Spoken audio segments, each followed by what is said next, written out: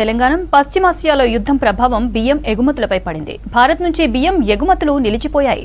సన్న బియ్యం, బాస్మతి రైస్ ధరలు భారీగా పడిపోనున్నాయి. బియ్యం ధరల ప్రభావం ధాన్యం రైతులపై పడనుంది.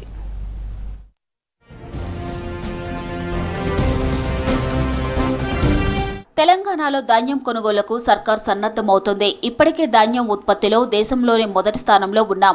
అయితే ఈసారి తెలంగాణతో పాటు కర్ణాటక, ఉత్తరప్రదేశ్, బీహార్ రాష్ట్రాల్లో ధాన్యం దిగుబడులు పెరిగాయి. కానీ పశ్చిమాసియాలో జరిగిన యుద్ధం ప్రభావంతో సన్న రకాల బియ్యంతో పాటు బాస్మతి రకం బియ్యం ఎగుమతులు నిలిచిపోయాయి. ఫలితంగా బియ్యం ధరలు క్వింటాకు 100 నుండి 300 వరకు తగ్గాయి. బియ్యం ధరల ప్రభావం ధాన్యం కొనుగోలుపై ప్రభావం చూపే అవకాశం ఉందన్న ఆందోళన రైతుల్లో కనపడుతోంది. మరో 2-3 రోజుల్లో ఈ సీజన్కు సంబంధించిన ధాన్యం రానుంది. ప్రభుత్వ మద్దతు ధర 2880 ఉంది.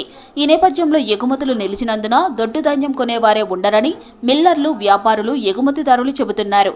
ఫలితంగా మరింత ధరలు తగ్గే అవకాశం ఉందని అభిప్రాయం వినపడుతోంది. ఇప్పుడు ఏదైతే వార్ నడుస్తుందో ఆ వార్ వలన భారతదేశంకి వెళ్ళి ఎక్స్పోర్ట్స్ మొత్తం బియ్యం ఆగిపోయినాయి. ఆగిపోయాడంటే ఇప్పుడు మన రాష్ట్రము గవర్నమెంట్ కొంటుంది, బోనస్ ఇచ్చి ఉంటుంది.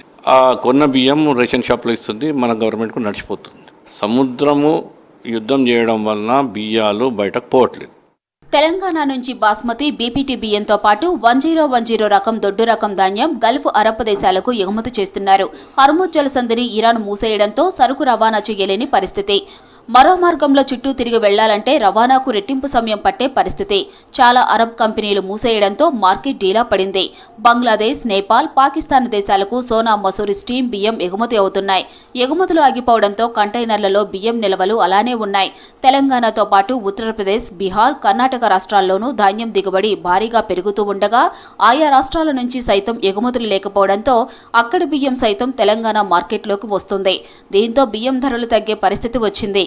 ఆ ఎక్స్పోర్ట్ మొత్తం నిలిచిపోవడం వల్ల గోడౌన్స్లో ప్లేసులు లేక రైస్ మిల్లో మిల్లింగ్ చేయాలంటే కూడా అడ్డంకులు వస్తున్నాయి.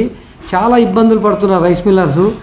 దీని ద్వారా పోవాల్సిన ఎక్స్పోర్ట్లు పోకుండా రేట్లు తగ్గిపోతాయి, సన్న రకాలు తగ్గే అవకాశం కూడా ఉండొచ్చని అనిపిస్తుంది. పక్క రాష్ట్రాలు బియ్యాన్ని తెలంగాణలోకి తీసుకువచ్చి తక్కువ ధరకు విక్రయిస్తున్నారు. దీంతో స్థానిక రిటైల్ మార్కెట్లలో సన్నధాన్యం ధరలు మరింత తగ్గుతాయని అంచనా ఉంది.